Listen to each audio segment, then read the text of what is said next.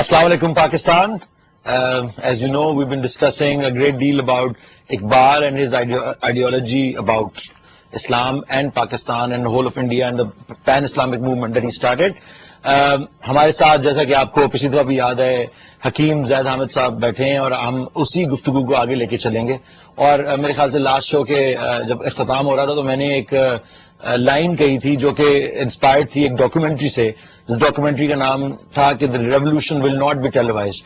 یہ ڈاکومنٹری ایک ساؤتھ امریکہ کے ایک ملک وینزویلا کے صدر کے بارے میں ہے, ہوگو شاویز, جس کے اوپر ایک پوری جو نیو ورلڈ آرڈر کی پریشر ہے, ان کی ایک آئل اکانومی ہے اور ان کو کیسے اس کو ہٹایا گیا. تو وہ ایک ایسی ڈاکومنٹری تھی جس میں بتایا گیا تھا کہ کس طرح ان کو پاور سے ہٹایا گیا, پریزیڈنٹ کی کرسی سے اتارا گیا, لیکن لوگوں نے, وینزویلا کے لوگوں نے لاکھوں کی تعداد میں آ کے سڑکوں پہ آ کے ایک ایسا مطالبہ کیا جس کو کہ نہ تو نیو ورلڈ آرڈر والے یا وینزویلا کی اپنی ملٹری جو کہ بکی ہوئی تھی اس وقت ان سارے عناصر کے ہاتھوں, وہ اس ویو کو روک نہیں سکے. لیکن افسوس سے یہ کہنا پڑتا ہے کہ کبھی بھی وہ واقعات, وہ جو 4 دن یا 6 دن کا جو ایک پیریڈ تھا, وہ ہمارے ویسٹرن میڈیا میں کبھی بھی, جو ہماری میس میڈیا ہے اس کے اوپر کبھی بھی اس کا کوئی بھی ذکر کبھی نہیں آیا.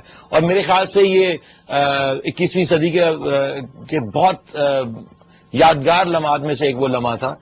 تو اس لیے, اور اس ڈاکومنٹری کا نام انہوں نے ظاہری بات ہے بڑے ایک فنی انداز میں رکھا تھا کہ the revolution will not be televised, but in this case I would say it again and again, کیونکہ حکیم صاحب بھی بیٹھے ہیں ہمارے ساتھ, کہ this revolution will be televised.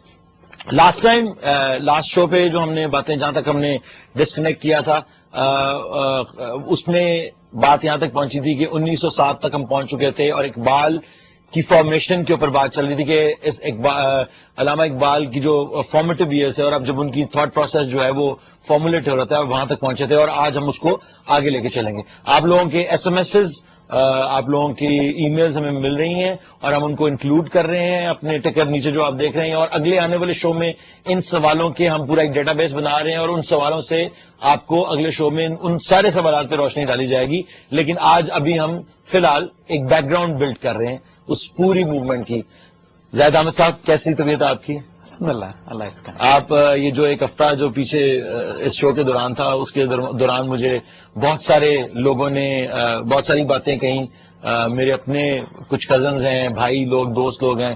ایک دوست کا تو بڑے غصے میں فون آیا کہ تم یہ کس مولوی کے ساتھ جا کے بیٹھ گئے ہو جو کہ جہاد کی باتیں کر رہا ہے اور کہہ رہا ہے کہ افغانستان کا ملا ٹھیک ہے اور یہ طالبان ٹھیک ہے. یہ تم, میں نے اس کو ایک بات سمجھانے کی بھی کوشش کی اور کچھ اس سے سمجھنے کی بھی کوشش کی کہ اصل میں مسئلہ کیا ہے میرے بھائی. کیا تم اپنی جو تمہاری ذات کا جو تشخص ہے, جو ہماری ایک پہچان ہے, اسلام, یا ہم ایک مسلمان گھرانے میں پیدا ہوئے ہیں جس کو ہم نے ساری عمر ایک طرح سے بیک برنر پہ رکھا ہوا ہے because it doesn't really fit into our everyday routine. جو چیزیں ہمیں ماڈرن دنیا میں آفر کی جا رہی ہیں, جو جس قسم کی زندگی ہمیں آفر کی جا رہی ہیں, تو کیا یہ وجہ ہے کہ اسلام کی آئیڈیالوجی تمہاری اس زندگی میں فٹ نہیں آ رہی؟ کیا تمہیں اپنی بیوی کو پردہ کرانے میں مشکل ہو رہی ہے یا کیا وجہ ہے؟ تو مجھے اس بات کی اس وقت تک یہی سمجھ آئی کہ یہ لوگ جو ہیں, یہ کیونکہ آبویسلی ان کا بھی قصور نہیں کہ they were born into a time جب یہ سب چیزیں جو ہیں, ہمیں نہ تو ہمارے ماں باپ نے کوئی اتنا زور لگا کے بٹھا کے سمجھایا کہ نہیں یہ ویلیوز, ظاہری بات ہے وہ ویلیوز ہمارے اندر ہیں اس وقت, اسی لیے ابھی تک ہم یہاں بیٹھے ہوئے ہیں. تو یہ ویلیوز کیونکہ ایک طرح سے ایلین لگنے لگ گئی ہیں کیا اب, اور جو ہمارے ملک میں ہی جو لوگ باتیں کر رہے ہیں کہ نظام عدل لایا جائے یا یہ کیا جائے وہ کیا جائے, جیسا کہ ہمارے ملک کے اندر یا اور بھی کسی ملک کے اندر انسٹیٹیوشنز جو ہیں, جو اسٹیبلشمنٹ ہے, it feels the common man. In absence of all that, a common man will always look for an alternative, which is ہماری ریلیجیس آئیڈیالوجی ہمیں وہ دیتی ہے. تو میں آگے چل کے شو پہ ان باتوں کے اوپر بھی میں آپ کو ایک کامنٹ بتا رہا تھا, ان سارے ہمارے جو 2 شو چل چکے ہیں ان کے بارے میں, کہ لوگ اس قسم کی اب باتیں کر, اور which is I think is a great start. اور let's go back to where we left off last. یہ جو بات آپ نے اپنے دوست کے سوال کا جواب دیا, ہم اقبال کی ڈاکٹرن کو آج لے کر آپ سے بات اسی لیے کر رہے ہیں کہ لیٹس برنگ دم آن. جی جو پرابلمز ہیں، جو ایشو ہے ملک اور قوم کے، آؤ بات کریں اس کے اوپر. And we'll talk to you in the light of doctrine of Iqbal. بالکل. کیونکہ اقبال سے بڑا تھنکر اور فلاسفر آپ نے نہیں پیدا کیا، انسانیت نے 20ویں صدی میں نہیں پیدا کیا. اور اگر آپ نے کسی انسان کی گریٹنس یا اس کی عظمت کو دیکھنا ہو، علی عظمت کو بھی، جی آپ نے اگر کسی انسان کی گریٹنس کو دیکھنا ہو، آپ کو یہ دیکھنا ہوتا ہے کہ وہ کتنی ہوپلیس انوائرمنٹ میں پیدا ہوا ہے. ٹھیک. When the going is good then everybody is going, but only when the going is tough it's the tough who gets going. جی بالکل. تو انسان کا کیلیبر اس وقت پتہ لگتا ہے کہ جب ہوپلیس سچویشن ہو، جب اس کی سروائیول انسٹنکٹ اس کے، جب ایک فرد، ایک سوسائٹی، ایک معاشرے کی بات نہیں ہو رہی ہے، ایک پوری تہذیب کی تباہی ہو رہی ہے. یعنی 19 سینچری کے اینڈ میں، 19 سینچری کا اینڈ وہ ٹائم ہے کہ جب مغل تو ختم ہی ہو چکے ہیں، خلافت عثمانیہ تباہ ہونے والی ہے. حکیم صاحب ابھی بھی تو اسی قسم کا ٹائم چل رہا ہے. ابھی اس وقت میں ایسے لوگ کیوں نہیں نکل رہے؟ کیونکہ ہماری جو لوگ، جو انسان مینوفیکچر کیے جا رہے ہیں، میرے مطابق میں یہ اپنے آپ کے بارے میں بھی سمجھتا ہوں کہ I am also a manufactured being rather than spiritual being. جو میری نیچرل انسٹنکٹس جو ہیں، جو میں ان کو بہت پیچھے چھوڑ رہا ہوں، یا ان کو اتنا میں نے دبا دیا ہے کہ اب شاید میں وہ جو اب ایک ڈسپلیسڈ فیل کرتا ہوں یا آؤٹ آف پلیس، اور وہ جو وائڈ ایک کلاسیکل ویسٹرن جو اس کو کہتے ہیں نا، I am empty inside and I have this void and you think you can fill it up with getting a girlfriend or an expensive car or buying a huge house or going around the world and meeting the people. وہ void جا نہیں سک رہا. دیکھو اب یہ مجھے بتاؤ کہ کیٹ اسٹیونز ایک پاپ سنگر تھا جی، اور جب وہ 1970s کے شروع میں بیمار ہوتا ہے تو اپنا پورا عروج، پوری شان، پوری دولت، پورا سب کچھ چھوڑ کر وہ یوسف اسلام کیوں بن جاتا ہے؟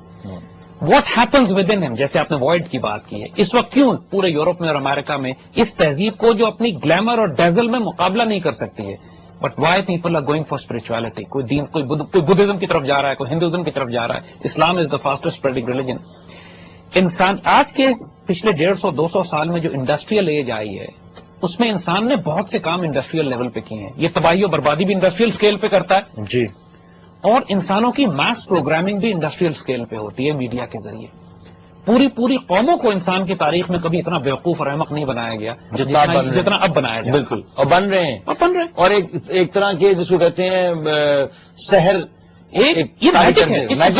کمپلیٹ میجک، سامریز میجک، کہ جو پوری قوم کو ایسا مسحور کر دیتا ہے کہ انسان کی آنکھیں چندیا جاتی ہیں، ڈیزل ہو جاتے ہیں، بلائنڈ ہو جاتے ہیں، آپ کو نظر ہی کچھ نہیں آ رہا ہوتا سوائے اپنی ذاتی سیلف ایگزسٹنس کے یا اس میٹرکس کی جو دنیا آپ نے ایجاد کر لی ہوتی ہے. So what I am coming to you is کہ 19 سینچری کے آخر میں مسلمانوں کا جو حال تھا، جو اس مسلمانوں کا زوال تھا، اس کے ساتھ ساتھ آپ ذرا ویسٹ کو بھی دیکھیے. We need to get things into perspective کہ what build Iqbal, what made him, and why Iqbal is relevant today. ہم آج کے پاکستان کو اقبال سے کیوں ریلیٹ کر رہے ہیں؟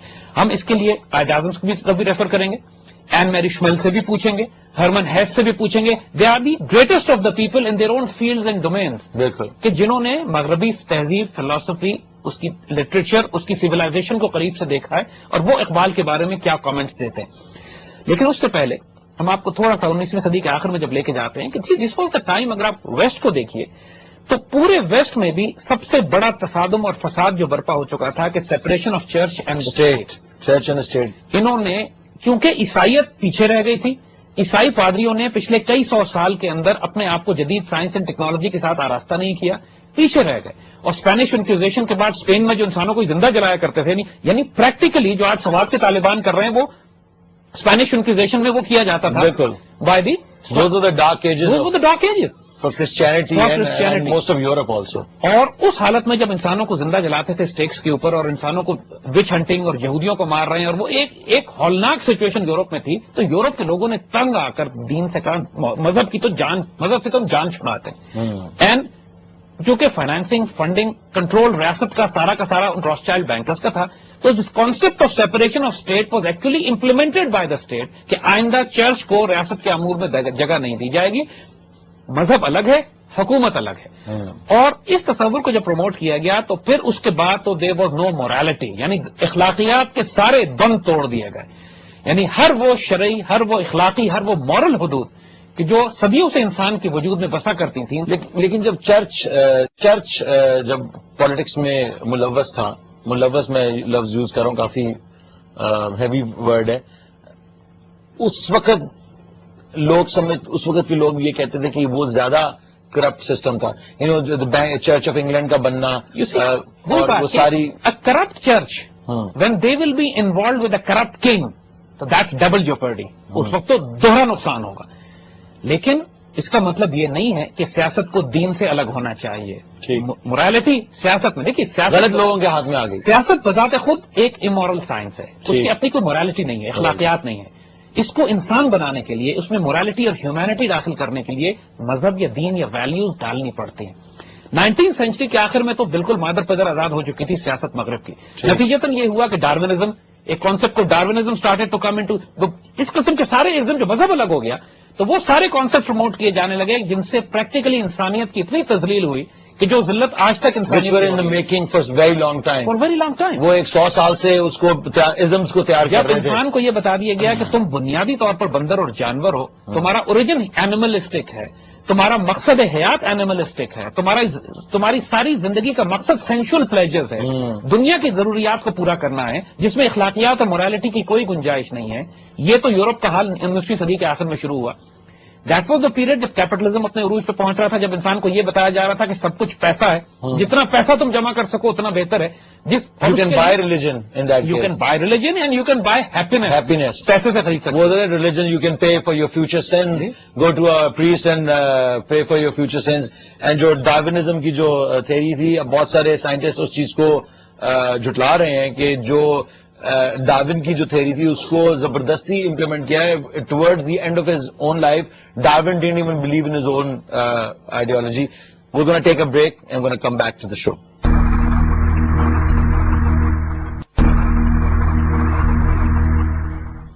Welcome back to our show Iqbal کا پاکستان.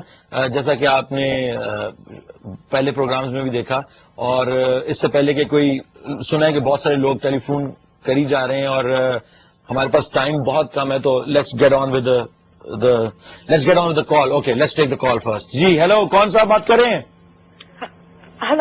ہیلو جی، السلام علیکم. وعلیکم السلام جی، میں مہناز زینب بول رہی ہوں راولپنڈی سے. جی مہناز، کیسی ہیں آپ؟ بس ٹھیک ٹھاک، بہت اچھا پروگرام آپ کا چل رہا ہے اور آپ یہ مینوفیکچرڈ مینٹالٹی کی بات کر رہے ہیں. جی، تو پھر میرا یہ کامنٹ ہے کہ یہاں پہ مینوفیکچر کی جا رہی ہے ایک مینٹالٹی جس میں جو انڈین کلچر ہے وہ بہت زیادہ مطلب دکھایا جا رہا ہے کہ it's just like Pakistani culture. And modern اب جو میرے اسٹوڈینٹس ہیں جب ان سے بات کرتی ہوں تو وہ یہ ان کا امپریشن یہ ہوتا ہے کہ ہمارا اور انڈین کلچر جو ہے it's more or less the same culture, there is no difference. And you know if you were like one country it wouldn't make any difference at all. So I would suggest کہ آپ اس سے بھی ذرا بات کریں کہ waste میں تو ہو رہا ہے مینٹالٹی ایک ویسٹ میں نہیں جی، پوری دنیا میں یہ مینوفیکچرنگ کی جا رہی ہے اور یہ جو میڈیا ہے یہ اس تھاٹ پروسیس کی فیکٹری ہے اور اسی لیے یہ سب سے بڑا بزنس ہے. اور جیسا کہ آپ دیکھ رہے ہیں کہ پورے پاکستان میں انٹرٹینمنٹ چینل سے زیادہ نیوز چینلز ہیں جو کہ ایک طرح سے تھاٹ پروسیس مینوفیکچر کر رہے ہیں. اور انڈین انٹرٹینمنٹ چینل زیادہ ہیں اور پاکستانی انٹرٹینمنٹ چینلز کم ہیں. یہاں پہ انٹرٹینمنٹ نیوز پہ جو ہو جاتی ہے ساری آپ کی، تو اس کی وجہ سے آپ کو انٹرٹینمنٹ کی کیا ضرورت ہے؟ ہر بندہ جو ہے وہ ٹکٹس پڑھ کے انٹرٹینمنٹ اپنے آپ کو کرے. زید صاحب آپ کیا کہیں گے اس کے بارے میں؟ See that is correct, absolutely. ویسے جہاں تک اس بات کا تعلق ہے کہ انڈین جب یہ کہتے ہیں کہ پاکستان کو دوبارہ ان کے ساتھ مل جانا چاہیے اور ایک بہت بڑا ملک بن جائے گا اور امن عافیت سے رہیں گے، تو یار یہ تو میں بھی کہتا ہوں انڈینس کو صرف ہماری ایک بات مان لینی چاہیے کہ جو بڑا ملک بنے گا نا اس کا نام پاکستان رکھیں. ٹھیک ہے، بالکل، میں بھی اسی کے حق میں ہوں کہ پورے انڈیا کا نام پاکستان رکھ لیں، ہم ان کے ساتھ مل جاتے ہیں، نو پرابلم. ٹھیک ہے. لیکن پریزیڈنٹ جو ہے ہمارے کوئی بڑی پارٹی ہے کوئی جو ہم نے آلریڈی ٹرائی ٹیسٹڈ کر لی ہے تاکہ ان کا بھی ایسا ہی حال ہو جو ہمارا ہوا ہے. زید صاحب آپ let's come back to the actual topic. اس سے پہلے کہ ہم سائڈ ٹریک ہو جائیں اور اس سے پہلے کوئی اور بریک آ جائے. تو 19 سینچری کا جو اینڈ تھا، ایک طرف کیپٹلزم اپنے عروج پکڑ رہا تھا، دوسری طرف ڈاس کیپٹل لکھی گئی اور دوسری وہ تمام کتابیں جو سوشلزم کمیونزم اکانومی کو بلڈ کر رہی تھی اس کانسیپٹس کو. دیٹ واز دا ٹائم جب پوری دنیا میں practically freemasonry was taking its roots in meso form. ہر ملک میں ان کے مختلف نام تھے. ٹرکی میں ینگ ٹرکس کے نام سے انہوں نے اپنے آپ کو خلافت کو کمزور کرنے کے لیے مرکز بنایا اپنا. مختلف جگہ پہ ریوائولسٹ موومنٹس کے نام کے اوپر ان فری مسونک موومنٹس نے چاہے ویسٹ میں بھی اور ایسٹ میں بھی اپنے آپ کو ری گروپ کرنا شروع کیا. بیکاز 20th سینچری کی بگننگ اگر آپ ہسٹوریکلی بھی دیکھیے was to be watershed جس میں یہ پورا سسٹم ایکسپلوڈ کرنا تھا. انہوں نے اس کی تیاری 19ویں صدی کے آخر میں یہ کر رہے تھے. اسی دور میں اگر آپ جیوگرافیکلی دیکھیے تو ویسٹ کی جو انڈسٹریل کولونیل فورسز تھیں ان کو میسو انویژن انہوں نے ایسٹ کی طرف کی ہوئی تھی. سارا فوکس ان کا ایسٹ کی طرف تھا. اور سوئس کینال بنتی ہے اسی دور میں 1860 میں شروع ہوتی ہے, تقریباً 1880 وغیرہ تک سوئس کینال مکمل ہو جاتی ہے. تو ویسٹرن پاورز کے لیے مسلمانوں کے ہارٹ لینڈ میں سے ہوتے ہوئے راستہ بنا کر پورے انڈیا, مڈل ایسٹ اور فار ایسٹ تک پہنچنا ان کے لیے آسان ہو جاتا ہے. یعنی فرام آل پرسپیکٹوز آپ اکنامیکلی دیکھیے, ملیٹریلی دیکھیے, آئیڈیالوجیکلی دیکھیے اور for control of waterways and global strategic assets کی بات کیجیے. The west was on the rise, ایک ڈومینیٹنگ فورس کے طور پہ مسلم ورلڈ کو انگیج کر رہا ہے, چاروں طرف سے گھیرتا چلا جا رہا ہے. اوپر سے رشیا نیچے اترتا چلا آ رہا ہے, ادھر سے برٹش امپائر, کولونیل فورسز, افریقہ پریکٹیکلی ساری کی ساری یورپین پاور جو ہے, بیلجیم جیسا چھوٹا ملک وہ کانگو کو جا کے پکڑ لیتا ہے اور لڑائیاں کر رہے ہیں, وہاں جا کے لڑ بھی رہے ہیں, اپنی جنگیں وہاں لڑ رہے ہیں وہاں. اور پورا یورپ اس وقت خونریز جنگوں میں مصروف بھی ہے آپس میں بھی, اور ساتھ ساتھ they are fighting for the colonial lands also. اس صورتحال میں جب مسلمان دنیا پریکٹیکلی ڈیوسٹیٹ ہو چکی ہے, یعنی میں آپ کو الطاف حسین حالی انڈیا میں مسدس حالی لکھی انہوں نے, جو پریکٹیکلی مرثیہ ہے مسلمانوں کے زوال کا. اور اس وقت مسلمانوں کی حالت اگر آپ نے دیکھنی ہے تو وہاں کے جو اس وقت کے اسکالرس تھے تو ان کی زبان ہی سنتے ہیں کہ لیٹ سی دی انوائرمنٹ جو تھی. I would like to quote from here. Hali کا ایک بڑا انٹرسٹنگ انگلش میں کوٹ ہمارے پاس ہے, which says the Muslim nation is devastated. Those who were in power now live in disgrace. Those who were leading an honorable life are in dust. Knowledge has vanquished and religion is there only in name. Everyone is crippled by the chains of customs and rituals. Ignorance and blind following is paramount. The prosperous class that could help the nation is in oblivion. The ulama who can play a greater role in reforming the nation are ignorant of the needs and welfare of the nation. Every class of Muslim society, their traders, their scholars, their military, their political power, their ideology is in dust. یہ 19th century کے آخر تک ہمارا حال ہو چکا تھا.